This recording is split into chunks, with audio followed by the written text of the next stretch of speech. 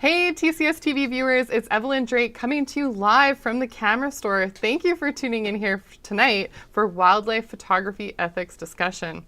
This is going to be an interactive discussion with Canadian wildlife photographers and experts Brad Hill, John E. Marriott, and Dave Elphinstone. And tonight we're going to explore topics related to photographing wildlife, and we're going to cover best practices and recommendations from this panel of experts. They're going to highlight ways that photographers can help make a difference to protect and preserve natural areas as well. And as we all know, anytime we're talking about ethics, it can be a controversial subject. And so with this in mind, we're going to have a few guidelines in our chat that we're going to adhere to when it comes to moderating this discussion. And the intention of tonight is obviously to educate and inform all of our viewers.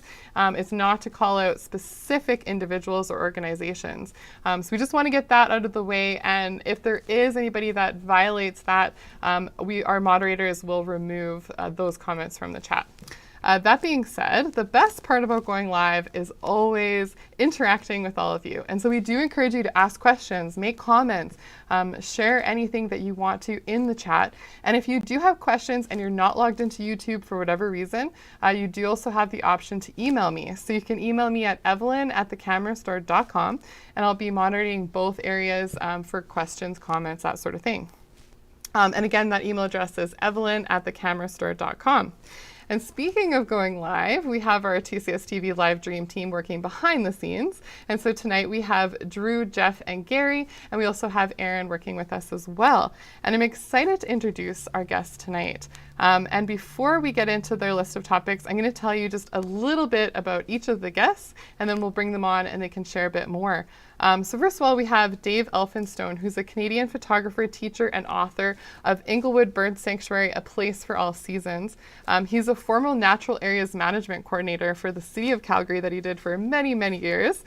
He was also former Chief Park Naturalist at Fish Creek Provincial Park, with a wealth of experience and knowledge about local wildlife in particular. And I've noticed actually we have a lot of local viewers tonight, so I think his information is going to be really, really interesting for many of you.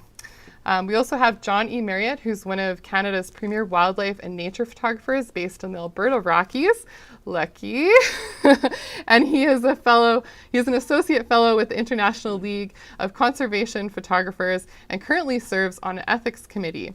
He was co-author of the North American Nature Photographers Association Ethics Handbook.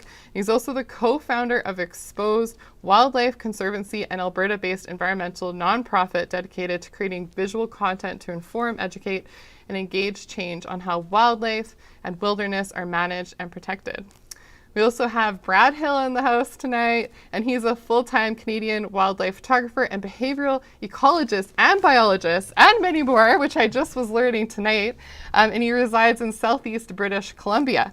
And Brad was the lead moderator in the Wildlife Gallery of Nature Photographers Network for over a decade, guiding ethical guidelines.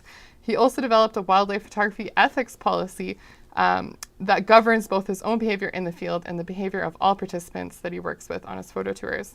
And so tonight I want to welcome all of our guests. I'm so excited for this discussion with all of you. So welcome to the show. Welcome to TCS TV Live.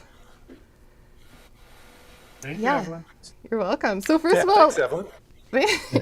well, first of all, let's start with Dave. Can you tell us a little bit about what wildlife ethics means to you and how it's impacted your work now and also just over the years in your career? Well, I've probably worked in the field of wildlife protection and more importantly, habitat protection for over 40 years, which is most of my adult life.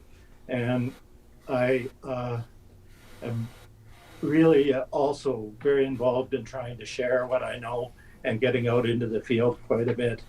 I think for me, when we do photography, a lot of it is, in my mind, it's art that you use to present what you believe and what you find important.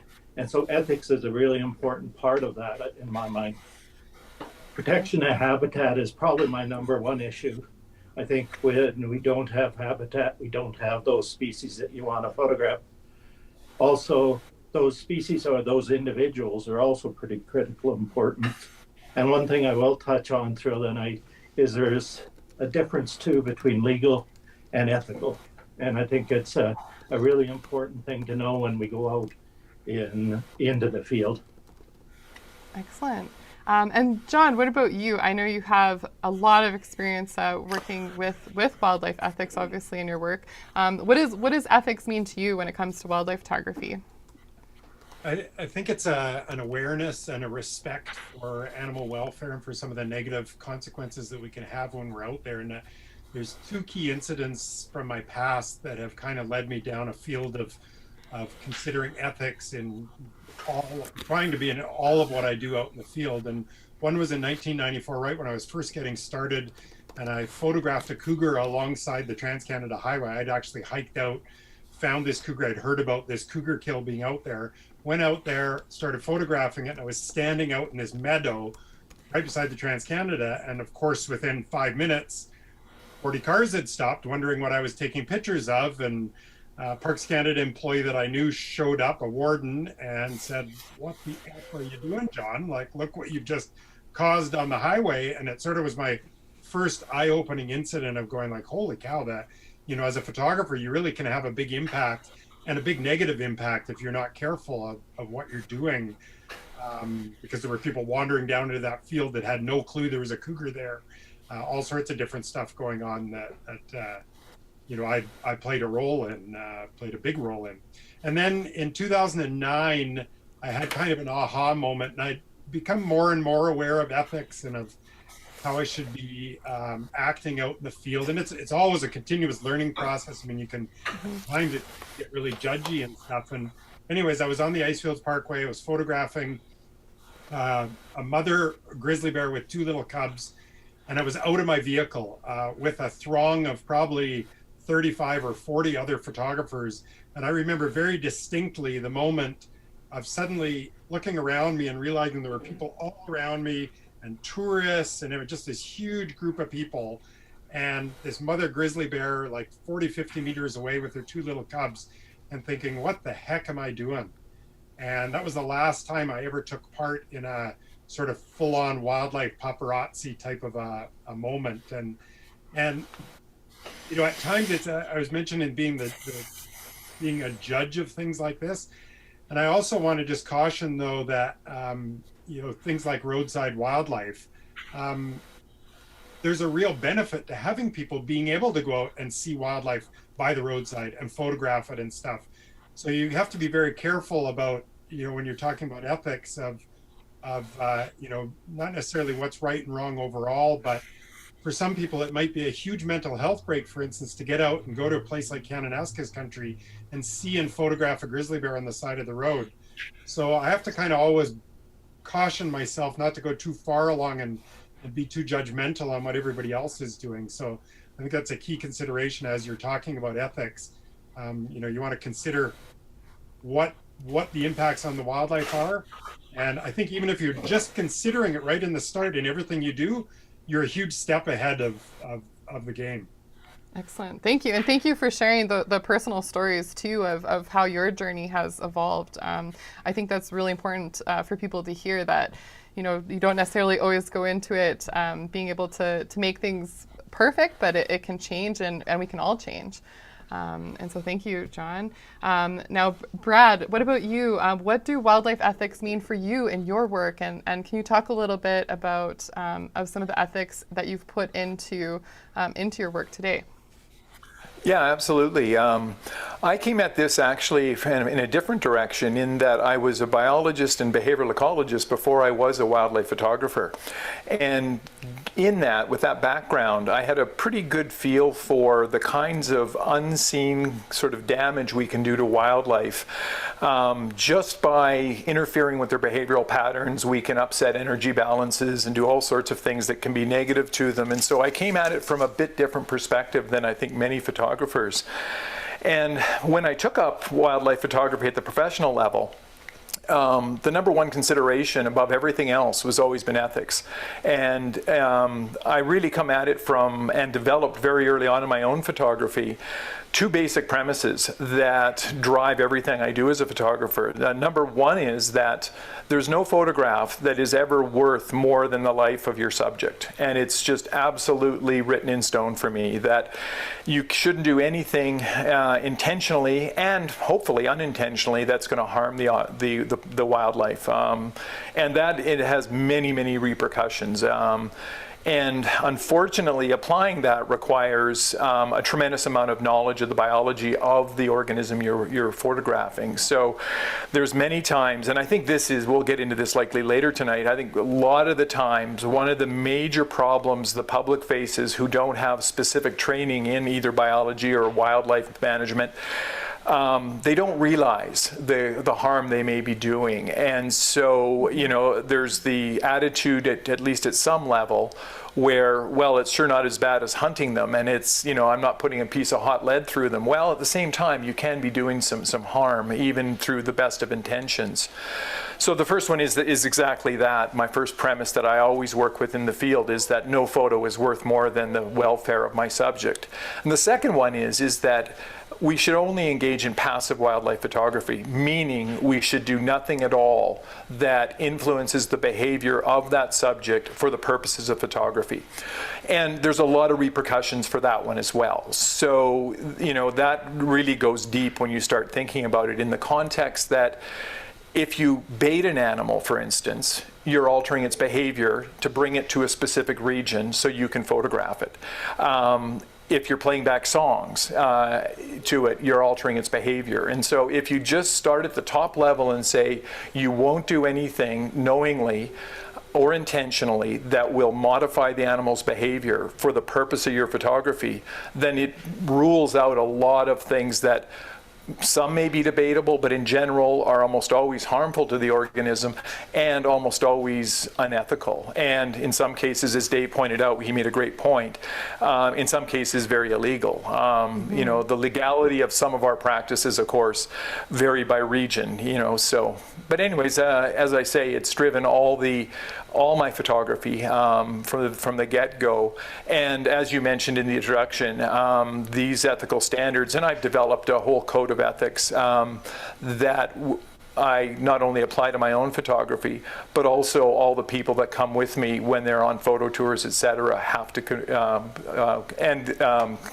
conform to. And fortunately, all the outfitters that I work with have happily agreed to them as well, because they realize, you know, they want to have minimal impact photography because it's their livelihood. So. Awesome. Well, thank you. Well, let's get into some questions right away. And again, to the audience, please do keep them coming throughout. We'll try to get to as many as we can. We have a lot to cover. But I want to start off at the top, which is, let's discuss some of the reasons why people might behave unethically in the field. What are some reasons that they might justify some of these behaviors? John, why don't we start with you? Sure. I mean, I think the desire to be a known photographer, to build your portfolio in today's social media world, you know, the push and the desire to get likes and comments and followers often drives people, I find, to do stuff that they don't really think about beforehand, or maybe they do think about it and they just ignore the consequences that may be there. And so that ranges from the baiting and the callbacks to going to game farms, you know, which is a topic we haven't touched on yet, but one where, you know, you go in and you photograph a captive animal that lives in a cage that has literally been bred or been raised to serve photographers, and you know, not a healthy lifestyle at all. And often find that photographers that engage in many of these types of activities are not honest about it. So it's one thing to you know, from an ethical standpoint, one key issue is the welfare of the animal you're photographing. Another key issue is being respectful and truthful in what you're doing. So things like truth in captioning. You know, if you do go to a game farm or you go to the you know, a wolf preserve or places like that where the animals aren't actually wild and you're photographing them, be honest about it. You know, say you got it at a zoo. You know, I think in that sense, that photographers then can still go out and learn in certain situations, like going to the Calgary Zoo, for instance, a great opportunity for photographers that live in the city to be able to go out and photograph, but you don't want to then take those photos, put them on social media and pretend like you got them in the wild. That's doing a disservice to yourself and to the photographic profession, in that you sort of, that's a different side of ethics, but it is also a consideration in the ethical field. Excellent. And Dave, this is a question for you because I know this has a lot to do with your background. But let's just get right into one of the topics that I know is big in this world, and that is to do with baiting and feeding animals. And so can you speak to, as far as what your awareness is on, is it legal in Calgary or in Alberta to actually bait animals, bait birds, owls? What's your thoughts on that? Well, I know for sure baiting within a national park, provincial park, and even city parks is legal. But I think there's also more to it than just the legality of it. I think there's a lot of things that are illegal or illegal that we do. But ethically, I think a really important thing is that I know I have a disability and have to ride on my scooter. And every time I have someone open a door for me, I think of what a kind thing to do. And that's the difference between legal and ethical, is that the legal aspect, nobody has to open the door for you. But ethically, it's very kind to do that. And I think when you take a picture that you've gotten in some way, like throwing a mouse on a fishing line out to try to bring in an owl or something like that, is it taints your picture, even if no one knows that's what's happened. I did when I was just very young getting into nature photography, I took a course out in the Kananaskis, and the person live trapped a number of rodents, and I've got a really wonderful, one of my best and one of the best I've seen pictures of redback vole. And you know something, I've had it published probably fairly often, but to me, it's not one of my favorite pictures, just simply because I know what happened at it. And where it really comes in as important is if I know the change that you've given to that species or individual isn't wild. It's not something that I think is very helpful. And I've felt bad about not just that. I mean, that's relatively minor. It went back into the world again, but that wasn't my message that I want to do in photography. I want to show the grandeur of it. I want to also be proud of what I did to get that picture. And that is a real driving force for me. Awesome. Yeah, thanks, Dave. Brad, can you speak to some of the specific harmful effects of giving any kind of supplementary food to wildlife, to birds, to mammals, carnivores? Is there a difference, when we're talking about different types of animals and wildlife to feeding them or baiting them? Well, absolutely. It would probably be possible to develop a classification scheme based on which animals could probably be fed supplementally by humans without causing harm to them. And I'm referring to wildlife here. But that said, it would be such a patchwork where in this condition it's going to be okay, in this condition it's harmful. It would be very difficult for anyone to be able to follow those kinds of guidelines. So I think in general, I'll make a general comment first. In general, the safest approach is simply don't feed the wildlife. In terms of the harms that can go on, it's interesting because many of them are so subtle that people don't realize it. As an example, if you run feeders in an area, a natural area, you can often end up obviously not only attracting a lot of different birds, etc., but what you'll often have happen is even in the winter, a lot of the birds will have a spacing mechanism in a natural environment where they'll have flock territories and they won't be overlapping. And those flock territories at least function to a degree to reduce strife between the birds so that they don't even spend as much time fighting. Introduce a superabundant food supply and they'll concentrate them and you'll collapse the territorial structure. And you'll end up in a scenario where you've got a lot of strife going on between the birds, fighting, or squirrels for that matter. The same thing will happen with squirrels. And you'll end up in a scenario where you've got highly stressed animals and you're going around thinking, oh, wow, I've been so good to them, I fed them. So there's those kinds of unseen damage. Now, when we go up to higher levels, I think most everyone knows with most of the carnivores, including carnivorous birds, so owls and that, the biggest single cause of harm there tends to be the rapid association of humans with the food. And we all know the saying, a fed bear is a dead bear, but the same thing plays true with many other species. And I've seen instances myself where baiting with owl has led to mortality by cars simply because you've got with species of owls that come in low, like a great gray or like a snowy owl, when they come in low on a mouse, if they become accustomed to they'll even recognize certain cars showing up, they'll come in as soon as they see the car. And I've seen great gray owls smoked going across the road as they came in for bait, even before the car was stopped and hit by it. So you have a whole plethora of effects. And so almost no supplementary feeding of most wildlife is benign. There's always something going on that's changing the behavior and could be the spacing behavior of the organisms.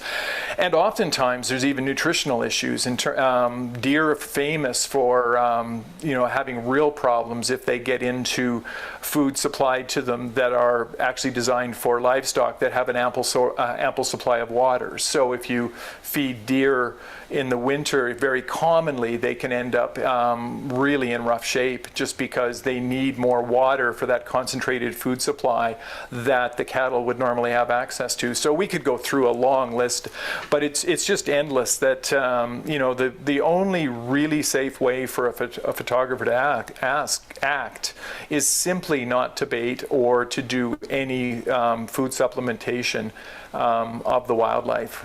You're just asking for trouble. Okay. Dave, did you want to add to that? Sorry.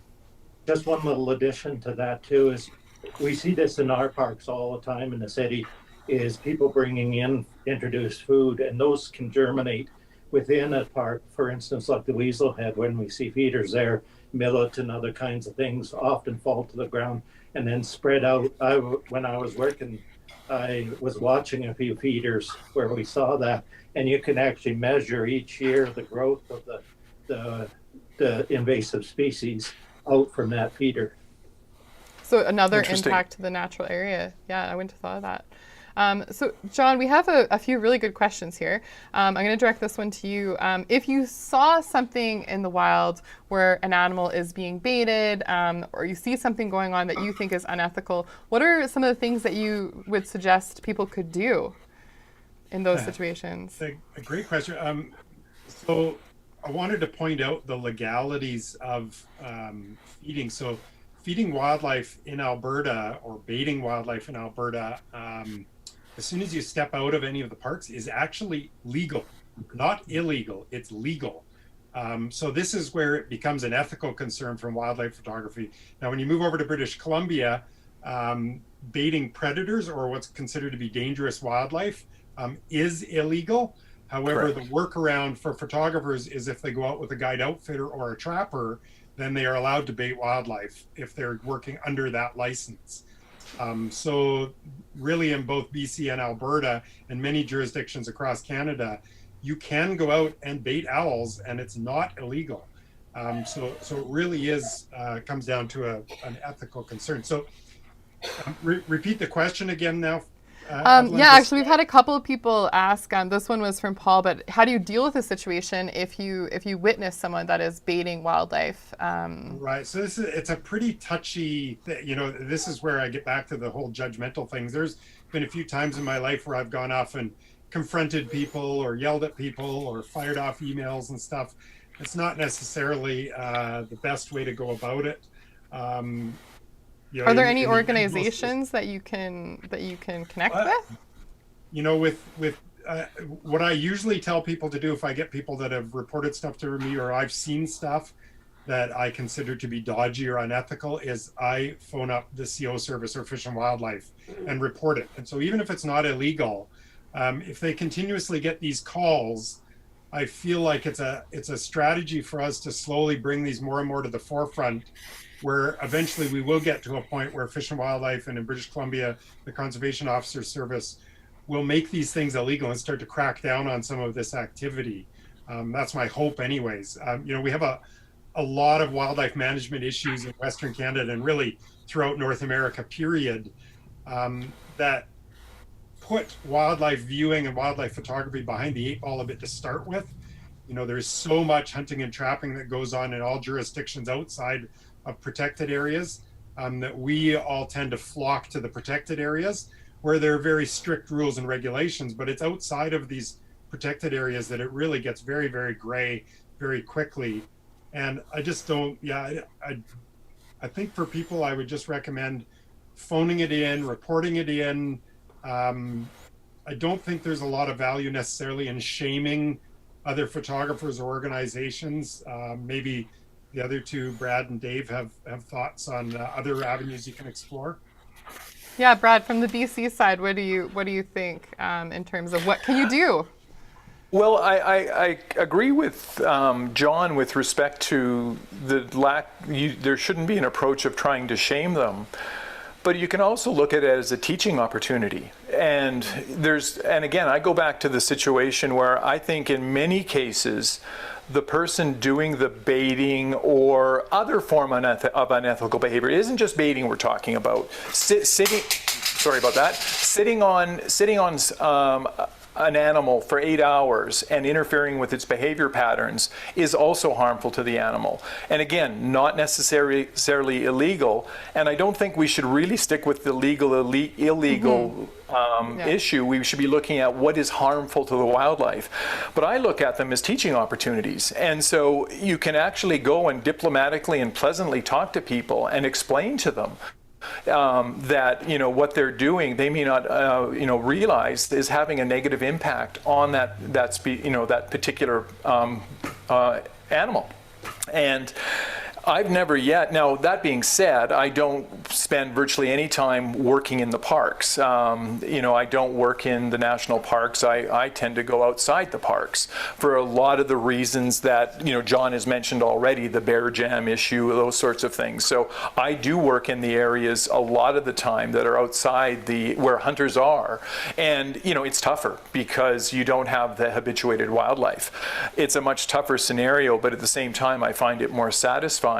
But at the end of the day, I say, I don't look to report them per se, because again, that's more adversarial. I'd rather spend time trying to educate them and bring them onto the side of, the ethical wildlife photographers, as opposed to, being on the quote other side. So that's a good point. Oh, sorry, go ahead, Dave. I've also dealt with that on a lot of different park issues with natural environment parks. And one of the things is there's no right answer to that. There's times when it's appropriate. If, for instance, you feel comfortable, you've been talking to the person and they're amiable, it's one thing. But we've had people, we've asked them to stay on trails or to even a 4-wheel drive on inside a city park, and no matter what, they'll blow up. So it's really something you have to be quite cautious with. But I think it comes back to the part that we can be those teachers, that every time we talk about stuff, we talk about some of the issues we've done or that others have done that we know of, and the importance of understanding why we're taking those pictures and what it is that makes a difference to them. But the actual talking to them is a fairly difficult thing. But there's lots of groups around that do a lot of education. I know Nature Calgary and Nature Alberta, and there's a number of other different organizations around photography that I think can really pump out a message. I know that it's a concern about being too vocal about it, but I think it's really important. Well, and this is a testament to the three of you, that you're taking the time out of your days and preparing for this as well to educate people. And so I think the more that we can talk about it within the photographic community, the better. Now, I want to change gears a little bit and just talk about what are some of the ways that photographers can limit how much they're disturbing wildlife when they're searching for and photographing wildlife. John, let's start with you. There are a number of things. Brad touched on one, and that is not just constantly sitting on an animal for ages and ages. Brad and I use a number of the same operators for our photo tours, and one thing that you often find you do is you'll be out, you're photographing a bear or a wolf or something, and after half an hour we just decide to leave. Yeah, absolutely. It may sound crazy, but it's not. It's you showing some respect for the animal and deciding that, you know what, we had a wonderful opportunity, we got some great shots. We maybe got to witness some behavior, whatever it might be, and then you just decide, we're going to move on and take our chances and see what else we can see. Brad, yeah? Brad, yeah, you want to answer? I just want, John's absolutely right, and nothing's better than working with a bear for, as John says, half an hour, 45 minutes, and then right in front of you, it lays down and goes to sleep, and you quietly leave the scene, and you've left the bear with a good experience, and the bear needs its time, and you just back off. And I don't know how many times we've done that, and we've gone back to the boat later, and I've had guests come up to me and say, that was fantastic. You know, they just loved it that we voluntarily pulled away. And the only other thing I would mention in conjunction with this, and this is one that's really easy to slip up on for anyone, it could be a photo tour operator, it could be the general public, is that you always have to keep in mind the collective impact. You may only be there for 10 minutes or 20 minutes, but if there's a line of 40 people behind you that are all doing their 10 minutes, before long you've got an animal that's being harassed for a bulk of the day, and that can be extremely harmful in terms of altering its behavior, impacting energy use, acquisition of food, etc. So the collective impact is something that you really have to take into consideration. And in what John's referring to, we're lucky in that we tend to have those areas to ourselves, and so in most cases. And with that, when we withdraw, we know the animal is going to be able to just do its thing in peace, which is really cool. We used to give a lot of guided tours around outside the city and in natural history courses, from nature photography to bird watching to sort of natural history hiking. And it's interesting that the more people learn about those species, they become better at watching the reaction. If I know of a number of occasions in Calgary, as well as outside the city, where there has been a group of people, they've stayed on the trail, and the bird has come and gone as they saw fit. But there's always the chance of you have a number of people there, that one person goes off and starts to approach something and changes their behavior, and can cause a fatality, can cause just even a change in behavior of that species. And that's one of the things I try to do, is to really learn enough about a species or about a habitat, about what their issues are, and how do you tell if something's nervous? How do you determine, by keeping watching its eyes? They may be starting to shake a bit, or they may just even start watching you all the time. Mm-hmm. And having the ability to say, okay, that's enough, I'm out of here. Okay. And I think that's the biggest thing. I've missed so many pictures that way. I mean, and I didn't always. When I started, I learned my lesson, and I damaged things as I went. We all do. And the issue is learning enough about your subject. That's how you get the best pictures anyway, is because you know what makes them real. Yeah. So this is a topic I'm very curious about. If I could just interject in, because you talked about the bird's eyes and that kind of thing. So we've had this question in the chat, and it's in relation to impacting your photographs using an artificial light source. So this question came up that they've heard some photographers say that they use a flash with a Fresnel lens, saying it doesn't seem to bother the wildlife, or maybe other types of light sources from a vehicle or something else. Maybe, Brad, why don't we start with you? Can you just talk about your thoughts on that type of impact on a bird or wildlife? For sure. The situation I've seen it most commonly in is flashing birds, usually close to the nest when they're feeding their nestlings and that's when you're seeing the most use of flash. And two quick comments on that. Number one is that actually, even though you've probably heard me say a lot of things about always wildlife first, there's a very easy way to tell if a flash is going to bother an organism or a bird, is to, the very first time you use a flash, the bird is likely to be startled. If it does it on the second and third occasion, get out of there. Do not use the flash. I've seen so many birds calm down, and the point where they completely ignore the flash, and if you sit there and time them how often they're going feeding their nestlings, nothing changes. That said, with our modern digital cameras, we're at the point now where flash fill is so much less important than it used to be historically. We used to have cameras that had poor dynamic range, and moreover, we couldn't control in post-processing the look of that image that we can to the degree now. I abandoned the use of flash simply because I could do a better job in post-processing over a decade ago. And so my question really comes back to, do you really need it? And if so, maybe instead you should consider learning a bit more about post-processing and get to the point where you don't need to do it.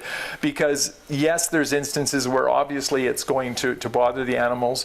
We have a firm rule, and we always had a firm rule, and John's familiar with this one, in the Kutsumatine, is that of course we could never flash the bears. And I mean with the camera, I'm not referring to flashing in any other fashion, but we could, we don't never use a flash on the bears. And it's one where you don't want to press the issue. And I do want to make one comment back to what Dave was saying, is that it's a tough one. He's absolutely right that determining when an animal is stressed is a critical part of wildlife photography. And it's the point where it's tough, though, because unless you take people out in the field and spend a tremendous amount of time with them to point out the subtle little signals, it's a tough one, and it's hard to expect the public to really be that knowledgeable about what they're photographing. I wish they could be, but I just mean it's a really tough order to fill. So it's one that it's a good aspirational goal, but I think it's really asking a lot of people to have that depth of knowledge. But one thing, and I think this is a critical point, is that if you're going to behave ethically in the field, you have to get to the point where you accept that there's going to be a penalty that you impose upon yourself, and there's going to be certain types of images you may never collect. And I may never capture a full frame shot of a snowy owl, coming right at me, because I'm unwilling to go through what it takes to produce that image 99.99% of the time. Yes, you may get lucky and have one fly in your face, spontaneously, but the chances of that are pretty low. So I think the photographer has to get to the point where they accept that there's certain types of images that they just are, going to have to write off and just say, no, I'm not, I'm drawing a line here, and I'm not going to go after that type of image because I have to tread into waters that are, I'd love to get, shots of a wolverine, and I've had many people offer to take me out on a baiting situation to get wolverines, and I'm like, sorry, won't do it. So I probably will die without my wolverine shots, but so be it. Unless you're flashing in the wild or something. Don't give up hope. What's that? You said don't give up hope, and I said I don't know if you're doing the other kind of flashing in the wild. You never know what you're going to encounter. Yeah, exactly. So, Evelyn, but yeah, go ahead, John. Evelyn, in that same vein, so Brad made some really great points there, and in that same vein, for people that don't know wildlife behavior like perhaps Brad and Dave and I do, and even then we have huge gaps. I mean, me personally, there's tons of stuff I don't know about wildlife behavior, particularly species that I haven't spent a lot of time with.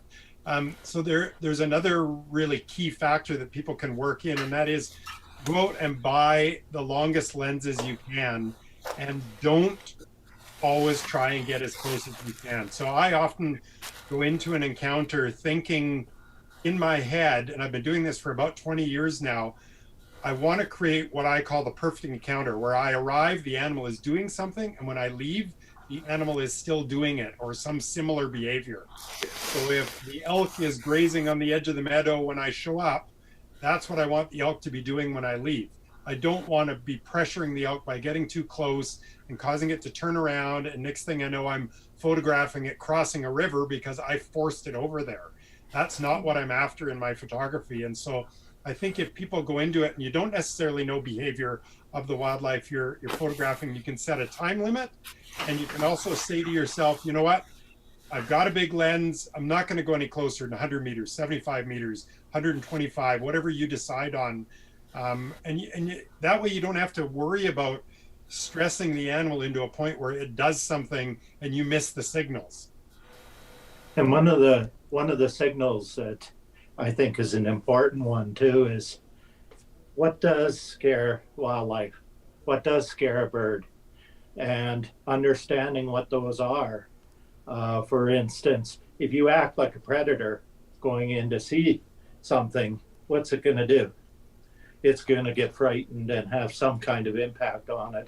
Or if you understand that sometimes one of the best ways to to photograph a deer or whatever is to act like you're browsing, to look something different than what scares those wildlife. The other aspect is staying on trails if you are in a limited area where damage can be done. I mean, we have hundreds of thousands of people using our natural areas in Calgary, and the impact of just people going off those trails. I've had many people say, look, I'm a photographer, I understand, I can go. You have to keep that in your own mind as to how many times have I said something like that to myself. I think it's just really critical. Absolutely. So we've had a couple more follow-up questions, and so I'd like to circle back again on the subject of using any kind of lighting and flashes, maybe more specific to nocturnal animals. Do you feel that there's any additional impacts, like if, maybe they're not disturbed or don't seem disturbed in the moment? Is there any long-term impacts that you guys are aware of? There's scientific studies that show that, for instance, that flash photography and strobe photography on tigers has a very negative impact on their behavior. They change their routes. So there's so little actual science about it out there. Yeah. That it comes down to more of photographers' individual individual ethics and viewpoints and standards. So myself personally, I don't even own a flash anymore, so I'm not tempted to go out and, I like Brad, I go and use the software, and I can shoot up to ISO 25,000 now. The only sort of place where I put a caveat in is, for instance, I have a friend in the US who is a big conservation photographer and does a lot of big cat work with pumas and things like that. And he actually works with conservation organizations like Panthera, big global international conservation organizations.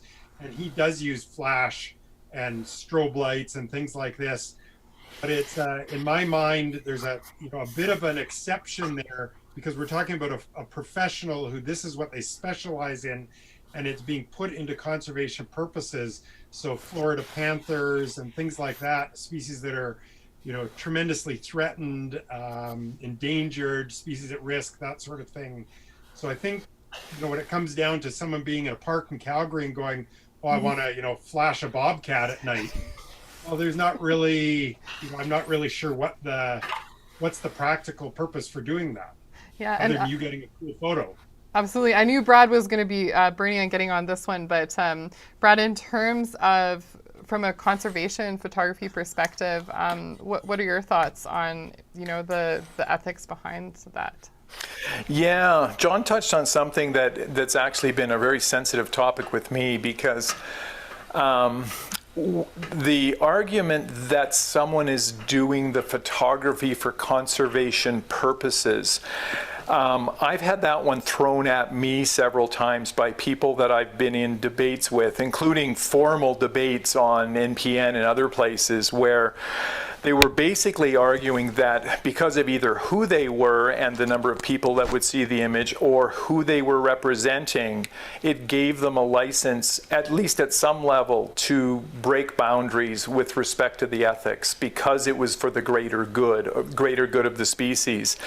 And that's a really tough one, because you get into a slippery slope really quickly there. And John mentioned earlier about the people wanting to show on social media their images and that. And if you're going from an exposure perspective and saying, because I've been out, because I'm putting this online and because I'm doing this and that, it's actually doing more good, so therefore I can cross the line ethically. And I think it's a really slippery slope argument. And I have myself, I know of some conservation photographers that, I'll be honest, I have almost no respect for now, because they've crossed the line, and to get photos for their publications, they've gone into extreme forms of baiting.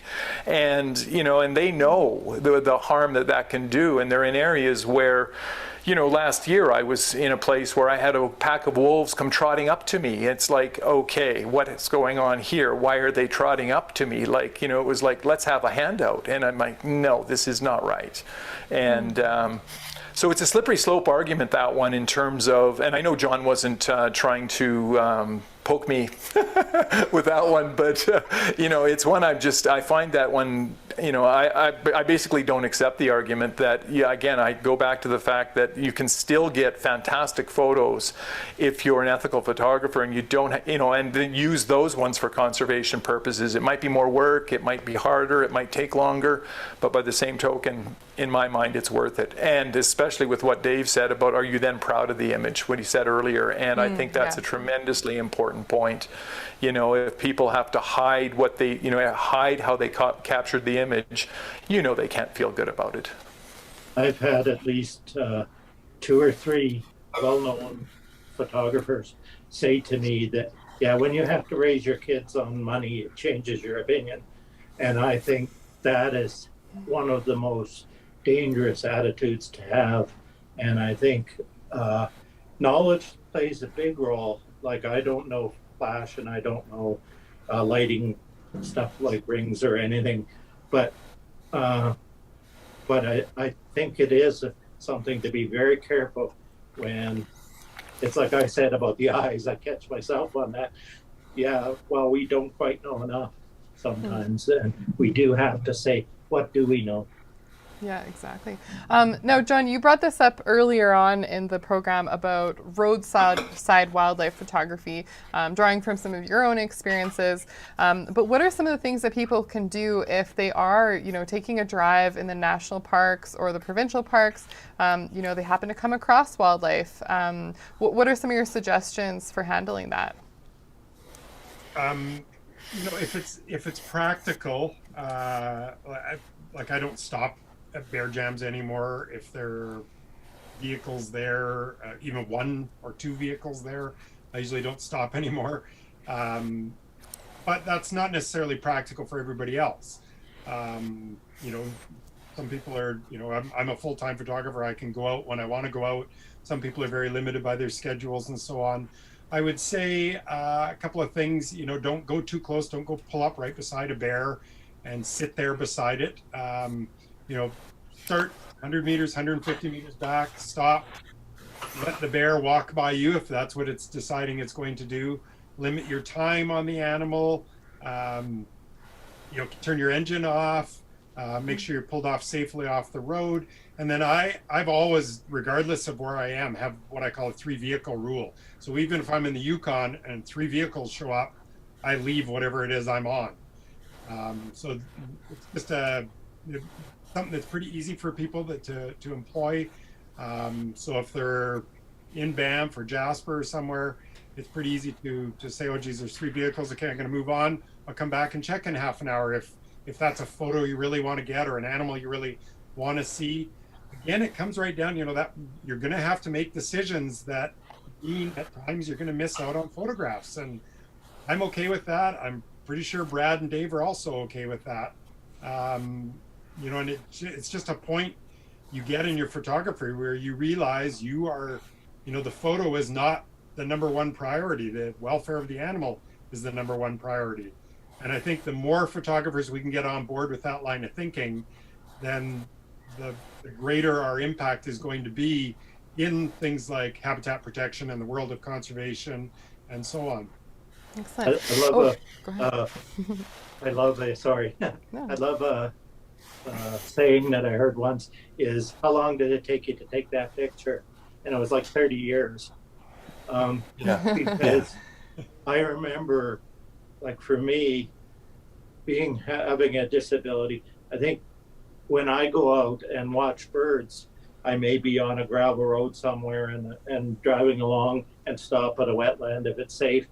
But watching those birds is really critical, even if they're a long ways away, and understanding what's happening with them. And I don't recommend that with big mammals. I'm meaning more like waterfowl or whatever, or being on a scooter that I have to go down trails and stuff, is to get to watch them for a while you don't have to take that picture right away. In fact, you increase your chance of a good photograph by taking your time and watching that behavior, and letting your knowledge build about that species or about that group of birds, or that whatever. Each time you see something new and you record it in your brain, you learn something new. Excellent. We have a good question here in the chat, and Brad, I'll let you add on to that too, but I'm just going to throw this in there as well, is on the topic of sharing locations. And I mean, obviously with social media, there's often a lot more people that are sharing locations, sometimes of endangered species or species at risk in one way or another. On your point, Brad, could you also add on your thoughts on, if you think that's a good idea or if people should keep some of that information to themselves? Yeah, the thing I wanted to jump in on, and I'll do that first, and then I'll come back to your question. John said something a while ago that I completely agree with, and I'm not an uber long lens user. I tend to be kind of a 400 and 500 millimeter kind of guy. But one thing that I for years have tried to impart on people is the fact that closer is often not better when it comes to the quality of the photo you can come out of it with. And pushing people more towards shooting either enviroscapes where it's the animal in the environment, or an animalscape, which is like a landscape shot with a subject positioned beautifully. They're very hard shots to pull off, but if someone wants to sell photos, that's the kind of photo that sells better than others. Now, in terms of the other element here that I've forgotten about. What was the question, Evelyn? Okay, so this is a question, and it's a question from Rain in the audience here, asking just about social media groups, as well as eBird and things like that. Yeah, eBird. Yeah, this is a really interesting issue, really. And there was a great article in, I think it was 2016 in Audubon by Roberta Olenek out of Vancouver. And she's a zoologist out there and a photographer. And her basic argument is that she now completely, refuses to share locations. And eBird itself, and that's one perspective, and I'm at the point where I tend not to share locations either, and I really would discourage other photographers from doing it, because you don't know, now when we publish them out there on social media, etc., you have no control over who's going to be visiting that species and how ethical they're going to be. eBird does have actually some policies in place with respect to sensitive species. And the thing that, I guess this is maybe a personal perspective, but I find no more joy out of finding an animal myself and having an experience where I've tracked down that animal. I don't necessarily mean physically tracking it in the snow, but I've found an animal all on my own and photographed it and had a unique one-on-one experience with it, and then left the animal to do its own thing, and find no reason to share it. And if others would do the same in terms of trying to cherish the experience and make them personalized, unique experiences, and the fact that you've been the person that actually went out and found that animal adds to that experience. What about you, John? What are your thoughts on people sharing this kind of information on social media or some of the other platforms?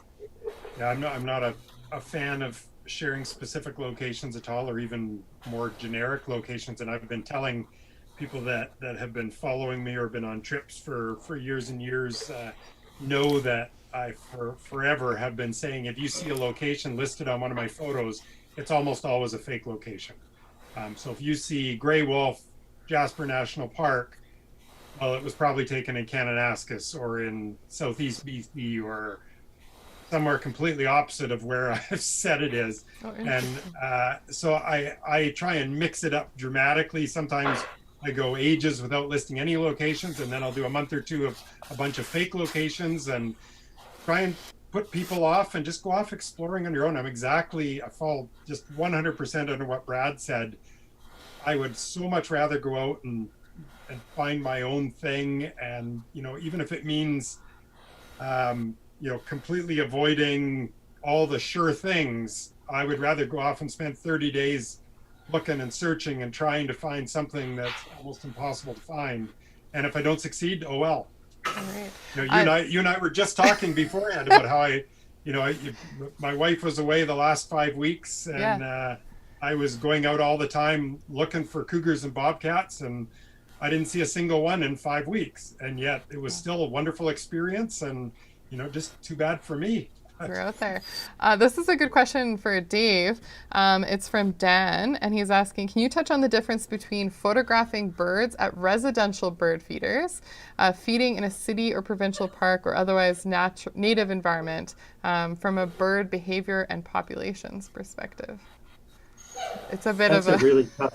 detail. That's a very tough question, and I think it's a really valid one, because it's all a question of degrees, in a sense, because having a bird feeder in your backyard introduces many people that can't get out to see things. But on the other hand, it hugely increased the population of house sparrows, which greatly damage things like tree swallows or mountain bluebirds or a number of other cavity nesting birds. I have succumbed to taking pictures at feeders when I've been in a park or whatever. And I don't like that. I think the treasure birds is really the answer, like what you were talking about. I really appreciated that comment, is when you come across something on your own and it hasn't been baited to come in, which a feeder is, what a feeder really is. It's something special. And I have now spent a lot of time in the natural areas on the scooters going through the trails and stuff. And it's such a joy to just be able to be there. And so I have a tough time with it, because I know the value of feeders to people, especially if they're feeding good things. But you look in Vancouver, for instance, one of the hummingbird species that used to be resident in Mexico and California, the Anna's hummingbird, has moved all the way up to Alaska because of feeders and because of growing flowers and things. And then this year, when it was really excessively cold in Vancouver, many news stories were about these birds freezing to the feeders and it just, I don't know what the answer is. I think I appreciate your insight on that for sure. But it's one that I was struggling with, when we were coming to talk about this, because it just brings up so many points. Like, you think, oh, so grandma's bird feeder in her backyard or something, is that, is that unethical? It doesn't seem like it, because it's always with kind of that kind spirit. But at the same time, it brings up that mindset that you have to have of, from a photography standpoint, is using that opportunity for your photography ethical. And in a city where you have a backyard feeder, maybe the only wildlife you get an opportunity to ever see, even if it is house finches or house sparrows or a hummingbird or whatever. And so, it makes it tough. But again, knowledge is really a critical portion of it. People have told me in the past that, birds get addicted to that particular type of feeder and stuff, and they'll starve if it's cold. Some of the latest research doesn't show that. It shows that they can find food pretty much anywhere. That if they do lose that. Anna's hummingbirds is an example where it might be a little more difficult to say that because of their being trapped. But and there's nothing worse than going down a trail in the Weaselhead, for instance, and seeing a little feeder up on a tree.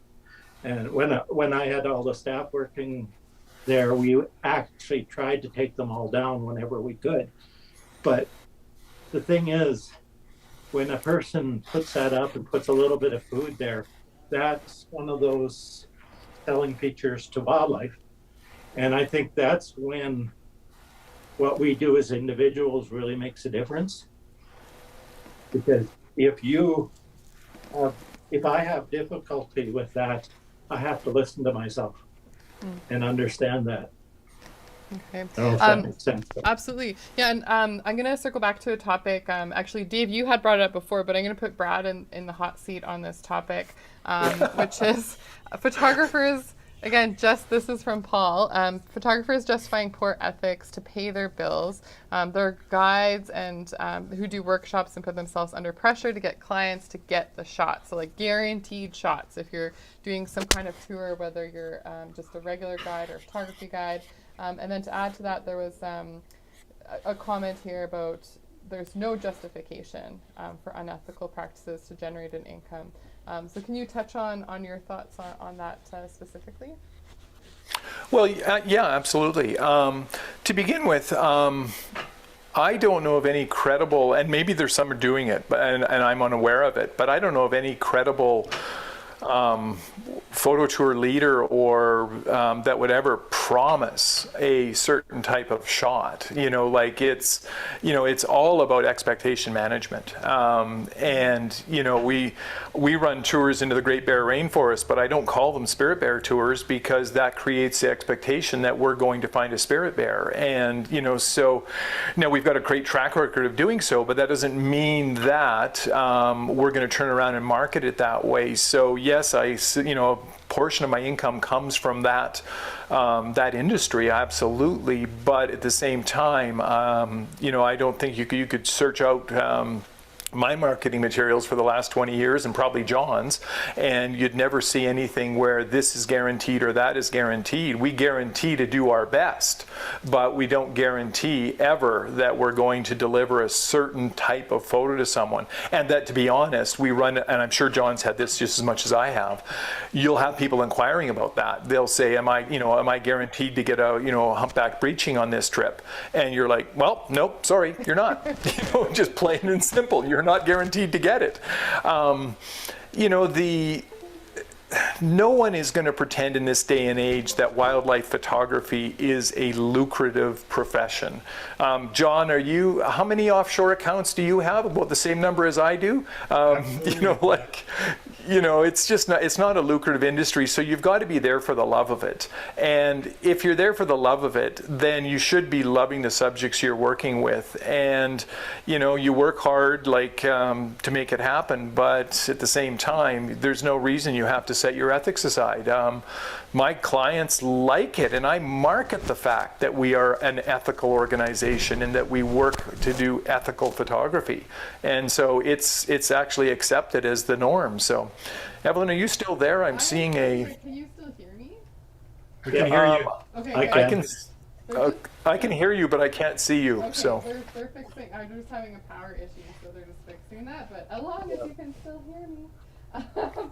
But I don't accept it. I guess the summary of that is I don't accept that even if you're making your money off of wildlife photography that you have to engage in unethical behavior. I just don't accept that. And I suspect John doesn't accept it either, but I shouldn't put words in his mouth.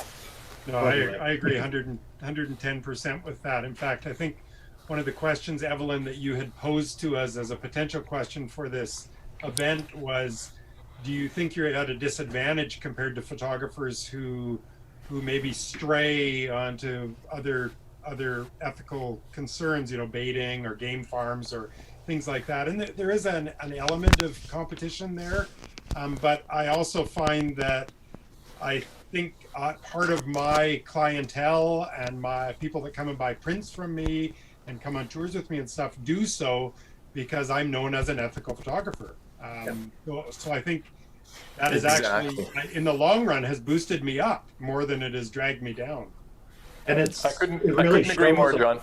Yeah, I think it really shows on people's photographs. I think it shows on return rate trips. I think people gravitate to that because I think in a lot of cases, unless it's swerve off, most people want that in what they see. They want that value of what they see in a wildlife, in a species of wildlife. Excellent. So there's Well, a and question. you know what? Oh, sorry, go ahead. I got to make one more comment here, in that I think this will show how serious, and I know John's just as serious about this as I am.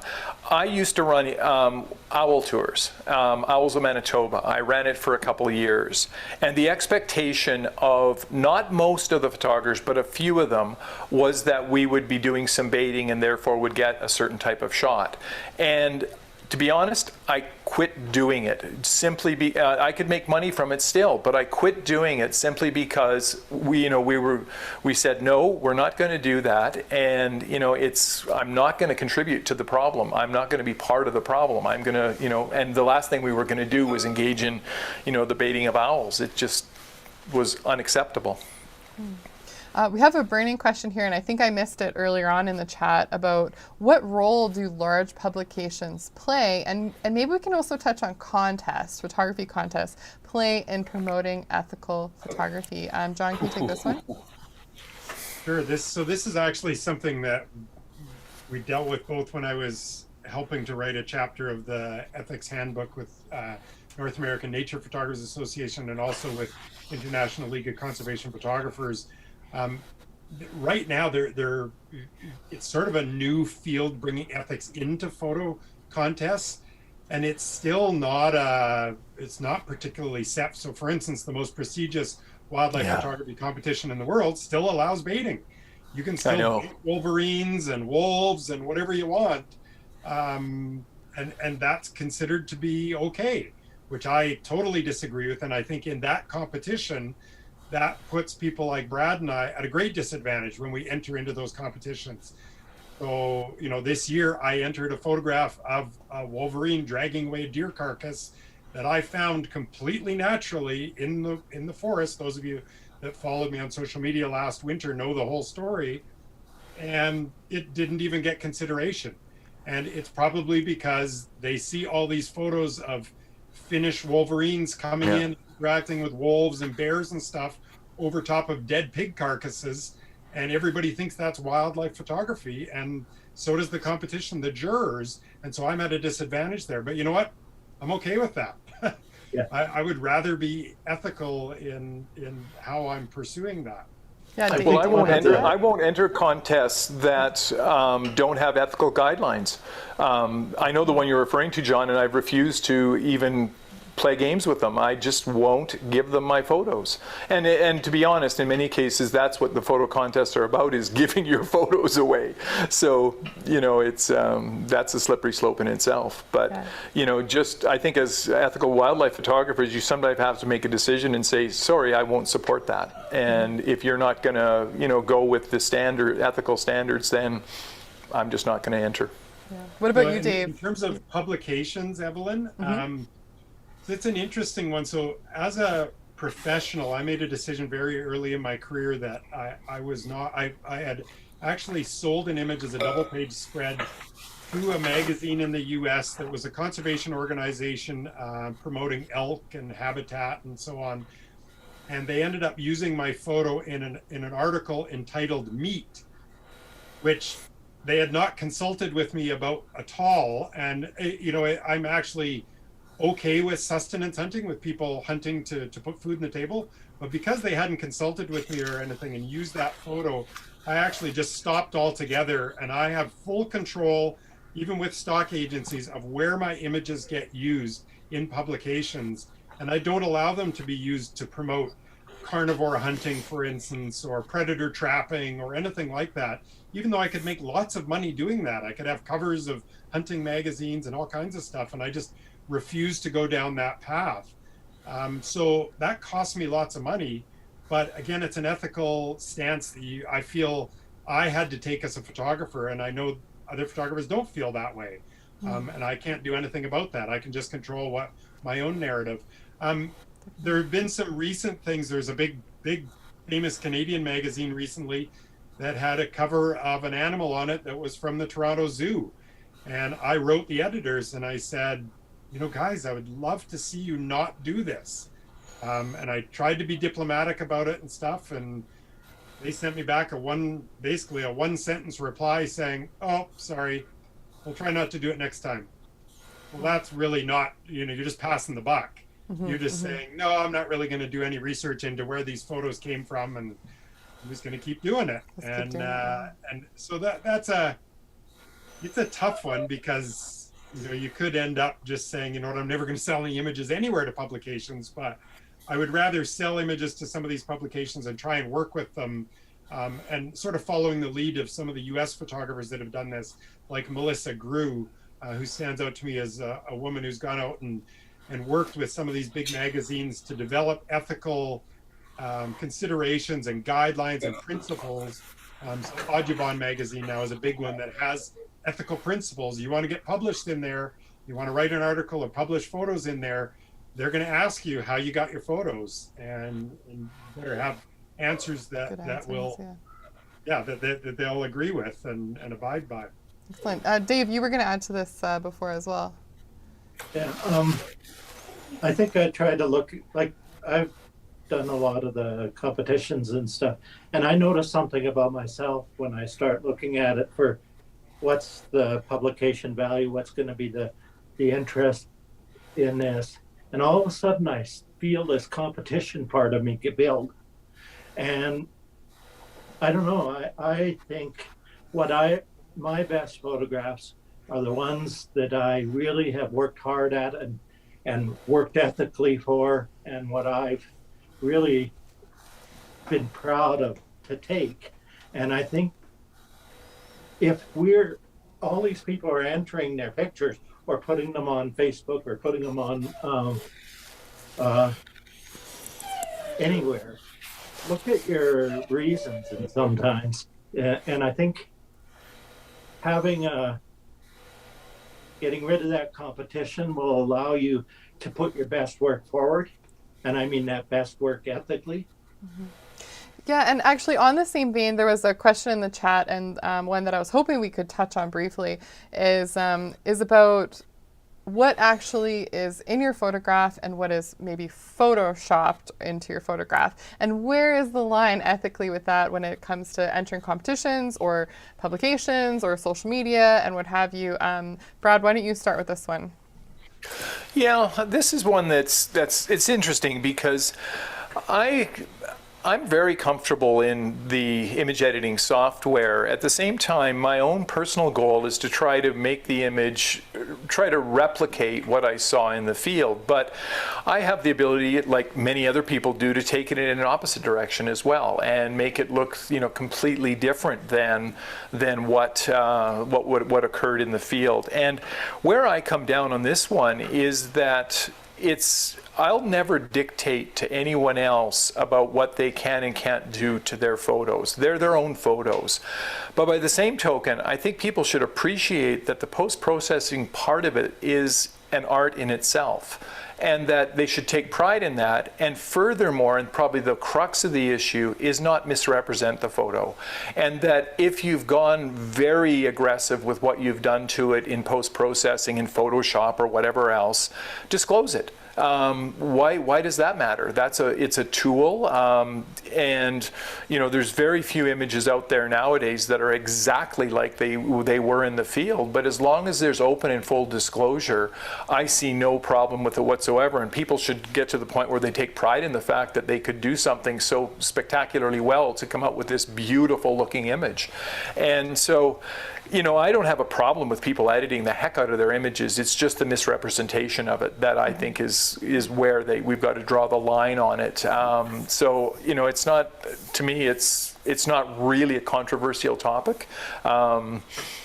That's my take on it. Yeah, no, I guess just to rephrase it a little bit, for John, one thing I'm curious about is your thoughts on if there's any danger of people maybe misrepresenting wildlife when it comes to photoshopping. So I'm talking about maybe, changing up backgrounds, moving an animal in a place that they wouldn't normally be. Do you see any dangers to that in terms of what other photographers might expect when they go into the field? I don't think so. I kind of fall in where Brad, for myself personally, my own rule kind of is if I notice something in the field. So for instance, let's say I'm in the field, I'm photographing a wolf, and I'm like, oh geez, I really wish that stick wasn't sticking out of its butt. If I notice that in the field and I make a mental note to myself, you know what, but you can remove that afterwards, then I might go and do it. It depends how much work it is. I sort of only spend a minute or two. I'm quite different than many photographers. I try not to spend a lot of time in post-processing other than make it look pretty good, like sort of 95 to 98% as good as it can.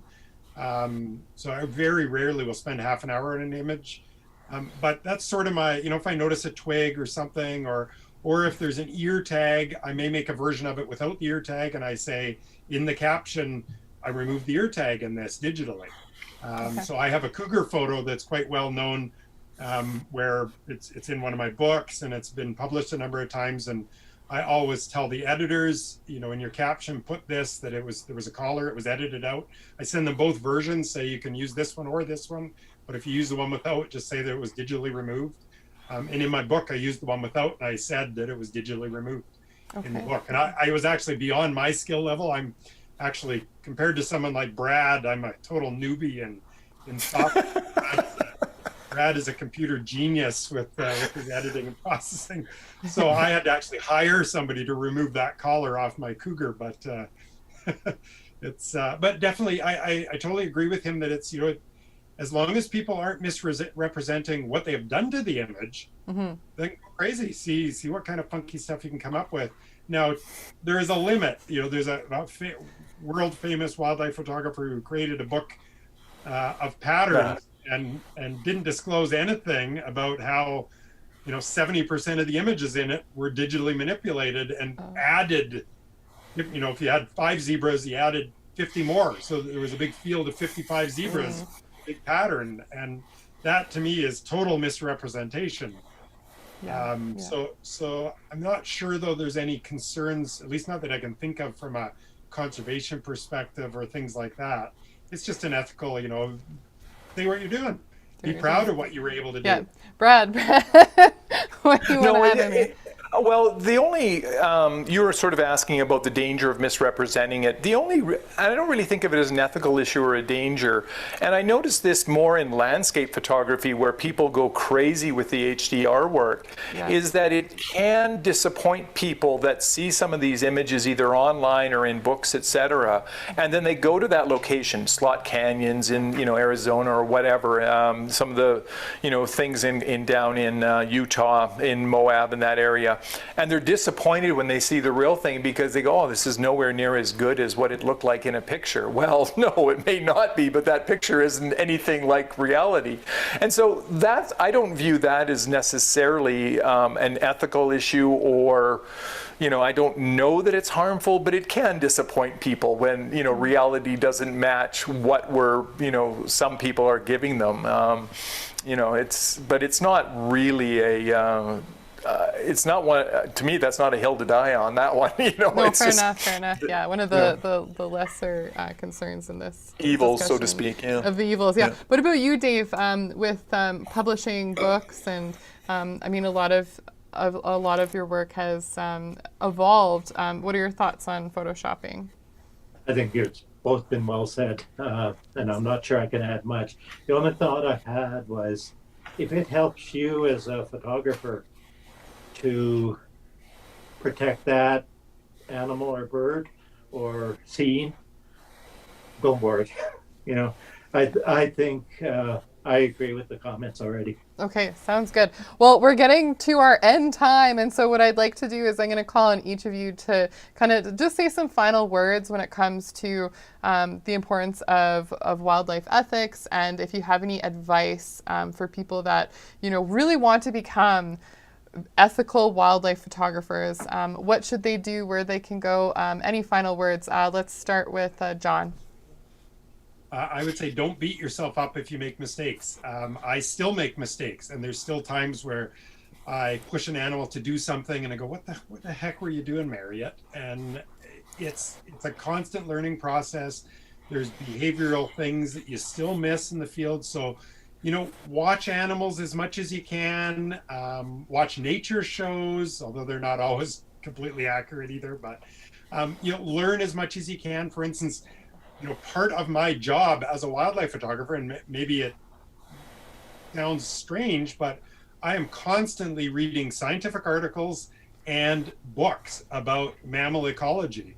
behavioral books on cougars and wolves and elk and moose, and just trying to learn as much as I possibly can so that when I am in the field, I am less prone to make a mistake. And I think, though, like I said, just don't be worried about, if you try not to make mistakes, obviously, but if you do, don't beat yourself up. Just learn from it and try to be better next time. Wonderful. And John, I'm going to put your link here in the chat to your website if people want to learn more about what you do. Did you want to touch briefly on Exposed, just to mention it to our viewers tonight? Yeah, sure. So I'm one of the co-founders of the nonprofit Exposed Wildlife Conservancy. And right now we are working on a new documentary that is called Trapped in the Past. Is Canada's trapping industry in need of change? And so it's going to address things like killing neck snares, which I know Brad is very familiar with. Him and I have worked on snares going quite a few years back now, but basically a decade. And this is a campaign with Exposed Wildlife Conservancy and the Fur Bearers of Canada to hone in and start getting some of these archaic trapping regulations changed and updated and even outlawed.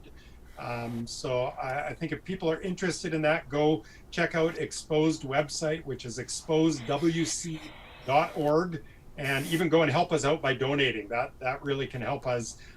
Everything I do for the Conservancy, I volunteer for, so I have never made a cent from it. I haven't even taken expense money from there. So everything you donate goes into our campaigns and to our 2 staff members. So it's a huge help to us. Wonderful. Thanks, Evelyn.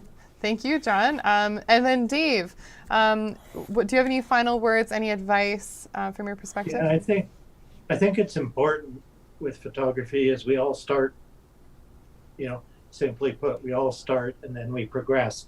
And hopefully we progress each time, all the time that we're out there. And that includes the ethics part. It includes the knowledge part. It includes the caring and the love part, as well as your art. And I don't know, in my mind, one of the most critical things for protection to get photography or to just see wildlife is the preservation of habitat. And whatever you can do to see something protected, it's really, really critical. We can make mistakes about individuals, we can do that type of stuff, but without the habitat there, we're not, and a good quality habitat as well, or environmental system. I think it's absolutely critical. And I think be kind to the place you're at, kind to each other, and be kind to the wildlife that we see, and recognize we're a part of that. Wonderful. Thank you so much, Dave. And I'll just give a little plug for you that we're hoping to bring you back again because you're working on a book right now about photography. And could you just touch a little bit on that and what to expect in the future? It's about nature photography and really the art of seeing to feel better. One of the things I've gone through is the last 10 years or so of having had a fairly significant illness. And what's really kept me alive is being able to get access and get out to see things and to spend time with species and to do photography for it and to be able to share it with people as well. And I think that is my hope, is to be able to come up with this book. I'm working on it currently, and just some of the things that we can do to get out of our own heads and start really enjoying something that's out there. Wonderful. Yeah, I think a lot of people can relate to that. And so we look forward to it. No pressure, but we want to bring you back on TCS TV when you have that, I want that ready. pressure. All right. And so Brad, what are some of the final words that you have? Any words of advice for our viewers tonight? Well, I feel like I'm in the middle of a profound-a-thon here, so I have to be very careful. Keep it brief, Brad. Keep it brief. No, I'll try to keep it as brief as possible. Well, I just want to remind photographers that stay in love with wildlife photography and nature photography. And, this might sound cynical at first, but we are really in the midst of the 6th great extinction. And as wildlife photographers, each one of us has the choice to make if we want to be part of the problem or part of the solution. And we can be part of the solution by acting ethically when we're behind our cameras with the wildlife. And And the greatest single thing you can do, and both John and Dave and myself, or all three of us have commented on it, is learning more about your subjects. And we, in the great age we're in right now, we have instant access to information online. You can do fantastic amounts of research on your subject and educate yourself to the point where you know so much more about it, and along the way pick up an appreciation for it. And remember, no photograph is worth more than the welfare of your subject. And that's it. Absolutely. Unless it's a Sasquatch. Then I'm doing anything I can to get that photo. Well, Brad, could you just touch briefly on where people can find you, where they can find your blog, more information about what you do and how they can connect? Sure. Well, my website's easy, naturalart.ca, or just Google, Brad Hill. It'll come up right away. Yeah, my blog has got lots of camera equipment related information, very commonly conservation information. So feel free to dig in there. If anyone wants to email me, the addresses are on my website, and hints in terms of where you can go to get great information about wildlife, absolutely contact me that way. So it's just naturalart.ca. So real simple. Wonderful. We'll make sure we put that. We got it in the comments. So thank you to Erin for keeping on top of that tonight. She did a great job. And thank you again to all three of you for taking this time to talk about this important subject. I think we covered a pretty well-rounded amount of information. I know that we could talk about this all night long, but yes, thank you again for participating. Thanks for doing this, Evelyn. Thank Wonderful. you very much. Thank you. Okay, and again to our TCS TV viewers, thank you so much for tuning in. If you enjoyed this discussion, please let us know in the comments below.